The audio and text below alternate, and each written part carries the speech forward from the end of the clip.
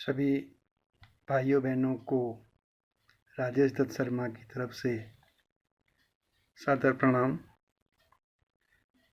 आज हम शरीर में होने वाले दोष को देखेंगे। वायु दोष, पित्त दोष और कफ दोष, ये अलग अलग दोष अपने शरीर में रहते हैं। इनको संतुलित रखना स्वस्थ रहने की निशानी है। किंतु कुछ महीने ऐसे आते हैं जिस महीने में अलग अलग दोष जोर देते हैं और हम बीमार हो जाते हैं। हम देखेंगे आज पित्त दोष, जो कि अभी चल रहे महीने सितंबर महीना, अक्टूबर महीना और नवंबर महीना, ये 3 महीने ऐसे हैं जिसे हम शरद ऋतु के नाम से जानते हैं। और इस ऋतु के अंदर ज़्यादातर पित्त का दोष कुपित होता है। पित्त वैसे भोजन पचाने के लिए एक आवश्यक है, लेकिन वो संतुलित होना चाहिए। यदि वो अधिक हो जाता है या कम हो जाता है तो हमें रोगग्रस्त होना पड़ता है। हम हमारी लाइफ स्टाइल को और भोजन सामग्री को अलग अलग तरह से लेकर पथ्य का ध्यान रखते हुए हम अगर काम करेंगे तो हमें रोग नहीं होगा और डॉक्टर हमसे कोसों दूर रहेंगे और हमें दवाइयों का चक्कर भी नहीं काटना पड़ेगा। हम बात करते हैं पित्त के लक्षणों की। पित्त के लक्षण इस प्रकार हैं। यदि आपको लगे कि मुझे बहुत गुस्सा आ रहा है तो आप समझ जाइए कि आप में पित्त कुपित हो रहा है। दूसरा लक्षण ये है कि आपके हार्ट में, छाती में या सीने में जलन महसूस होती है तो भी आप समझें कि मुझे पित्त कुपित हो रहा है। तीसरा लक्षण है कि आपके पेट में जलन मचती है, यानी कि एसिडिटी आप पे प्रभावित हो रही है, एसिड का प्रभाव आपके शरीर में बढ़ रहा है, तो भी आप पित्त के दोषी हो गए हैं। अगला जो है वो हम स्किन के अंदर चकत्ते पड़ते हैं या वहाँ दाने से हो जाते हैं या लाल रंग के चकत्ते से पड़ जाते हैं, ये भी पित्त की निशानी है। अगला जो है हमारा बिंदु 5वां, वो शरीर में खुजली मचने लगती है और खुजली भी पित्त की निशानी है। अगर आपको अधिक पसीना आता है तो भी हम ये मानते हैं कि हमें पित्त कुपित हो रहा है। हमें शरीर में कहीं सूजन आ रही है तो भी हम ये मानते हैं कि हमें पित्त कुपित हो रहा है। इसी प्रकार हमें गर्मी ज़्यादा लगती है या हमें प्यास ज़्यादा लगती है तो भी हमें ये महसूस होता है कि हमारा पित्त कुपित हो रहा है। तो इस पित्त कुपित को होने के लिए ये 3 महीने ऐसे हैं जिसमें सर्वाधिक मात्रा में पित्त कुपित होता है। अब हम इसके अंदर कौन सा पदार्थ खाएं या कौन सा खाना खाएं या कौन सा वानगी खाएं जिससे हमें पित्त कुपित न हो और पित्त में शांति मिले, तो उसका अपथ्य है जो हमें ऐसे पदार्थ नहीं खाने चाहिए जिसके अंदर चिकनाहट हो, चिपचिपापन हो।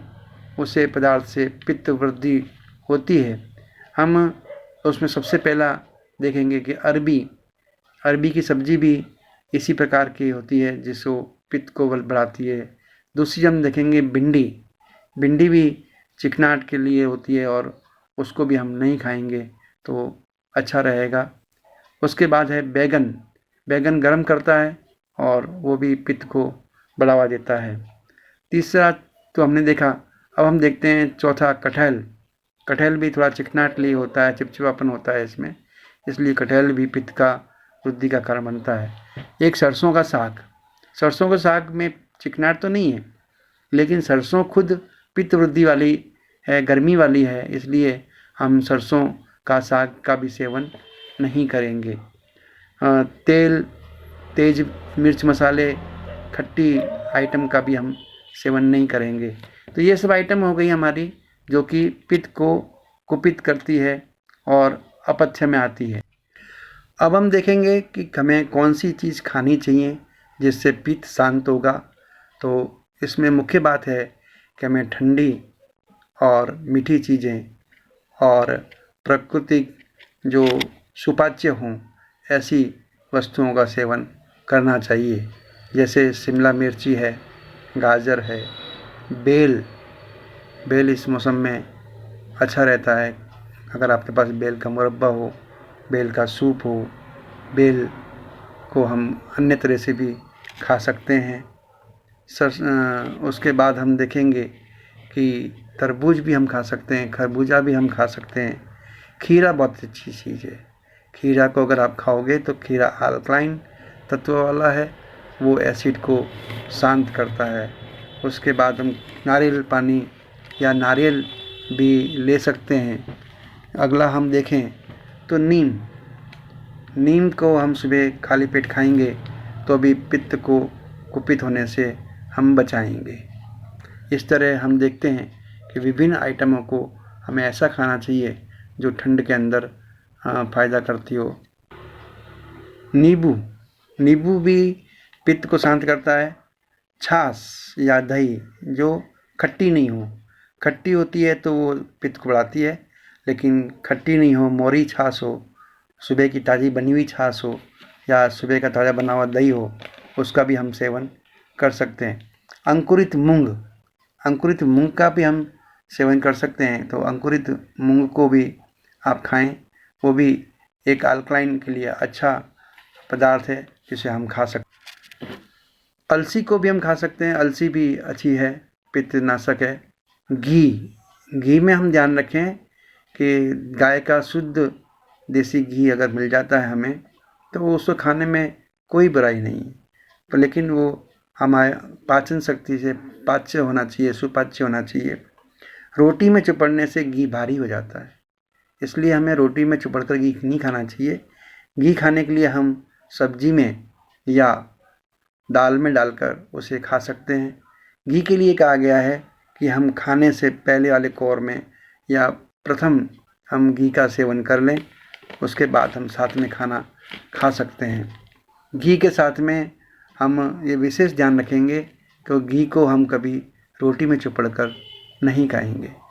पित्त को दूर करने के लिए जो हम एक औषधि मानते हैं वो है अभिपत्तिकर चूर्ण। अगर आपको अभिपत्तिकर चूर्ण मिल जाता है तो आप अभिपत्तिकर चूर्ण खाकर भी आप पित्त का शांत कर सकते हैं। पेट साफ तो सभी रोग माफ, आपको ये पता ही है। तो आपका पेट बिल्कुल साफ रहना चाहिए।